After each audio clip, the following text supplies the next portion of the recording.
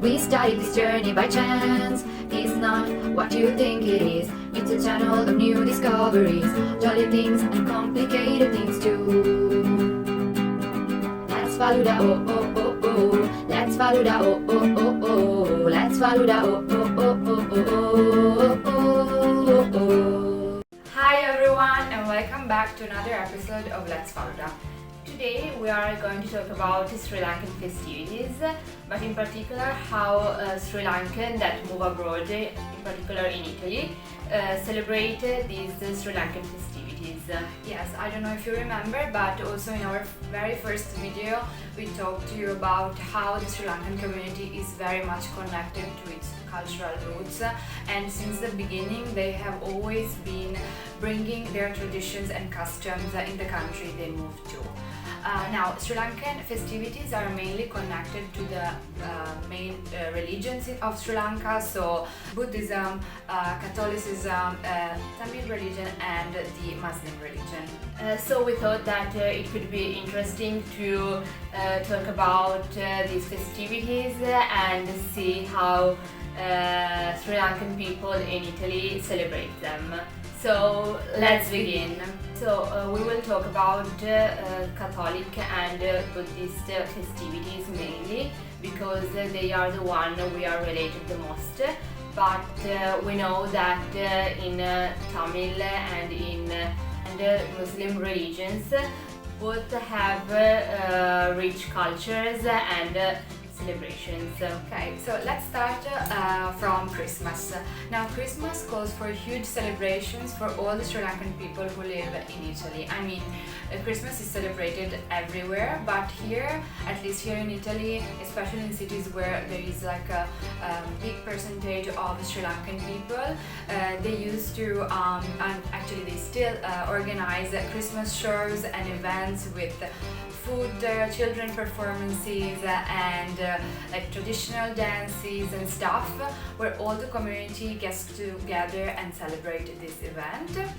In fact, also in our city, these celebrations are very common.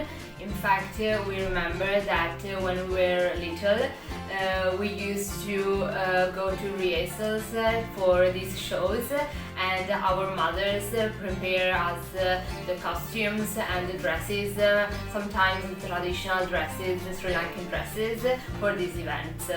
These celebrations, so the Sri Lankan festivities, are mainly concentrated in cities where the Sri Lankan communities are most concentrated.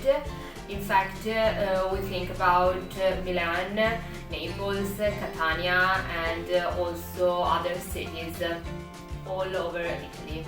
And now that we think of it, actually it was really nice to get ready and prepare for these shows, because for us, like children who were living abroad and in Italy, it was the only like occasion where we could actually wear traditional Sri Lankan clothes and learn traditional Sri Lankan dances. So I think at that time we were really like bothered because we had to learn all these dances and songs and etc. But thinking back about that time, I think it was a really nice occasion.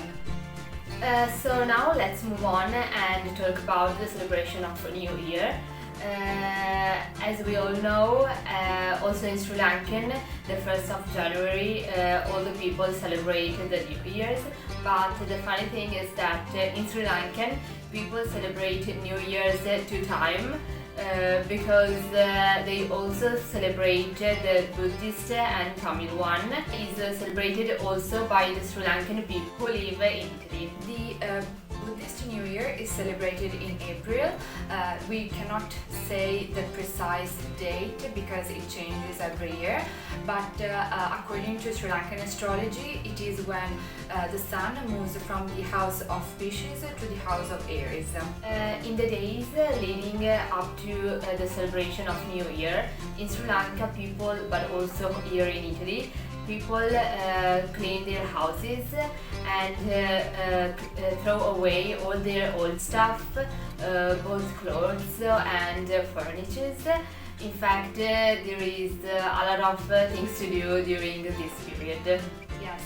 Now there are many rituals that are involved in this celebration, but the first of all is when at the decided time the woman of the household lights up the fire and boils milk in a new pot, and this boiling goes on until the milk overflows from all sides, and this symbolizes prosperity.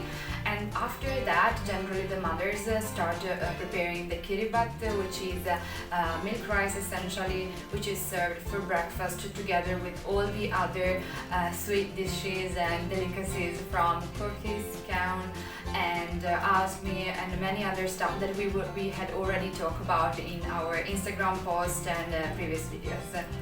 In Italy, Sri Lankan families try to consider and calculate the time, the perfect time to do the Sri Lankan celebrations for the New Year. Also keeping in mind the time difference between Sri Lanka and Italy. And they also replicate all the rituals that comes from celebrating New Year. After all these rituals, the fun part begins, not only in Sri Lanka but here in Italy too. And we are talking about the so-called Aurodunsoves, which are essentially the New Year celebration events. Unfortunately, we don't remember to have celebrated Happy New Year in Sri Lanka. Or even if we had, we actually don't remember it, but we don't have to worry, because here in Italy, Sri Lankan communities they are always ready and organized to celebrate New Year. Yes, generally it takes a lot of months of preparation.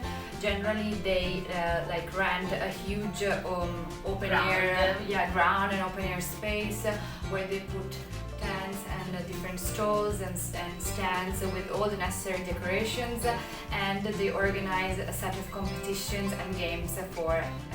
Both adults and children can participate to these games.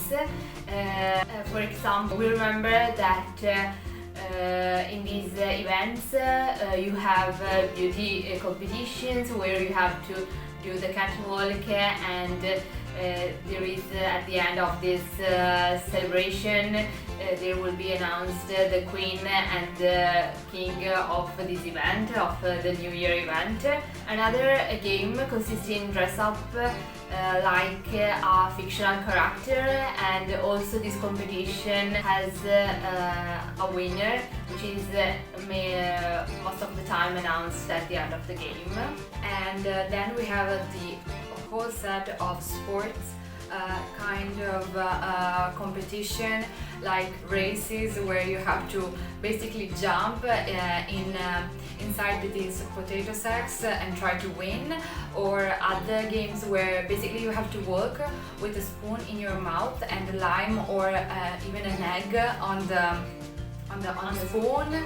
They are very dangerous but also extremely fun games. So one of our personal favorite game during these New Year events is competition, which consists in eating a very tasty bun which is hanging from above, and but you cannot use your hands because they are tied. Yes, I think that is my favorite game.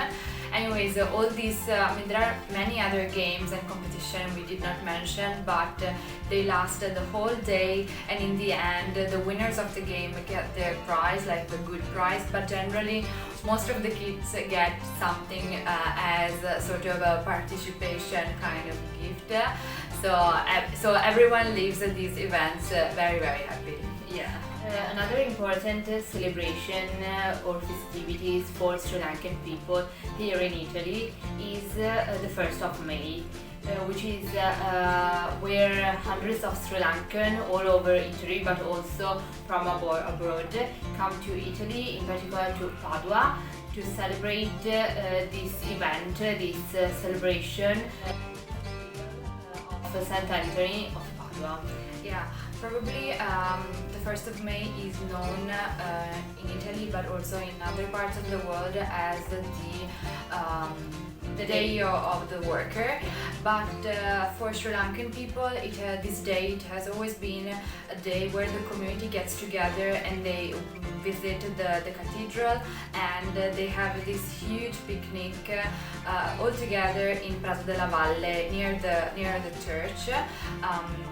Which is a park where basically all the Sri Lankan bring their traditional food and sing songs and simply enjoy the day together.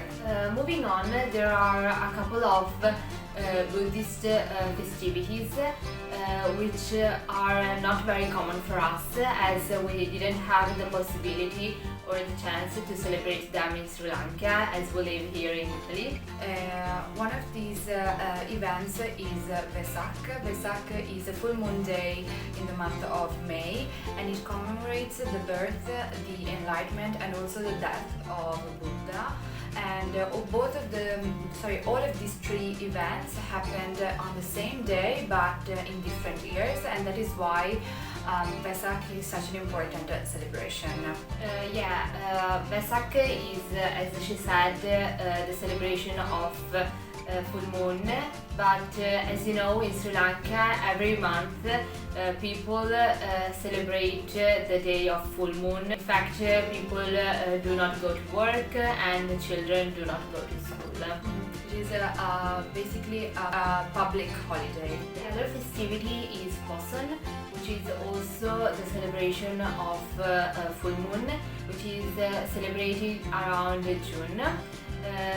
This event commemorates the introduction of Buddhism in Sri Lanka by the monk Mahinda in the 3rd century BC. On both these occasions, I mean Poson and Vesak, Buddhist people visit the temple dressed in white, and they follow a whole set of rituals. And among these rituals, they also build these homemade oil light lamps, and they use a very specific technique. Maybe we will put some photographs here to show you how beautiful these lamps are. Vesak lanterns, or also known as Vesak kudu, are very colorful, and they light up the whole island. And also non-Buddhist people take part in this celebration. During Poson and Vesak, all the city streets are filled with food stalls. Basically, Buddhist families prepare food and drinks to offer without any charge to all the passers-by, and this is also a kind of way to include the whole nation to celebrate Vesak and Poson with them. We have a last set of festivities which are related to the Catholic religion. These festivities commemorate the patron saints. In Sri Lanka, these festivities are very important. In fact, every city in Sri Lanka has its own day to celebrate their saints. While here in Italy, this celebration is not that common. While in Sri Lanka, these festivities are considered also a cultural festivity. Yes, just to give you an idea, Lankan people consider the patron saint of their city or of their church as important as Christmas. So for them, it is a very huge event. In fact, they decorate not only the church and its surroundings, but the whole neighborhoods are filled with maybe the colors of that saint and flags, and basically the whole neighborhood is cleaned and prepared for the event. And also in this case, food and drinks are shared with the whole neighborhood, maybe around the church. In fact, these celebrations are so important that these festivities are not celebrated just in one day. but there is also a eve of the celebrations. So also today we got to the final part of our video. Thank you so much for watching till the end, and as always we ask you to subscribe to our channel and follow our Instagram and Facebook pages. And if you are interested today in these festivities, please go check our Instagram page because there are posts regarding these festivities, so it could be interesting for you. So thanks again and see you next time. Bye, Falooda friends!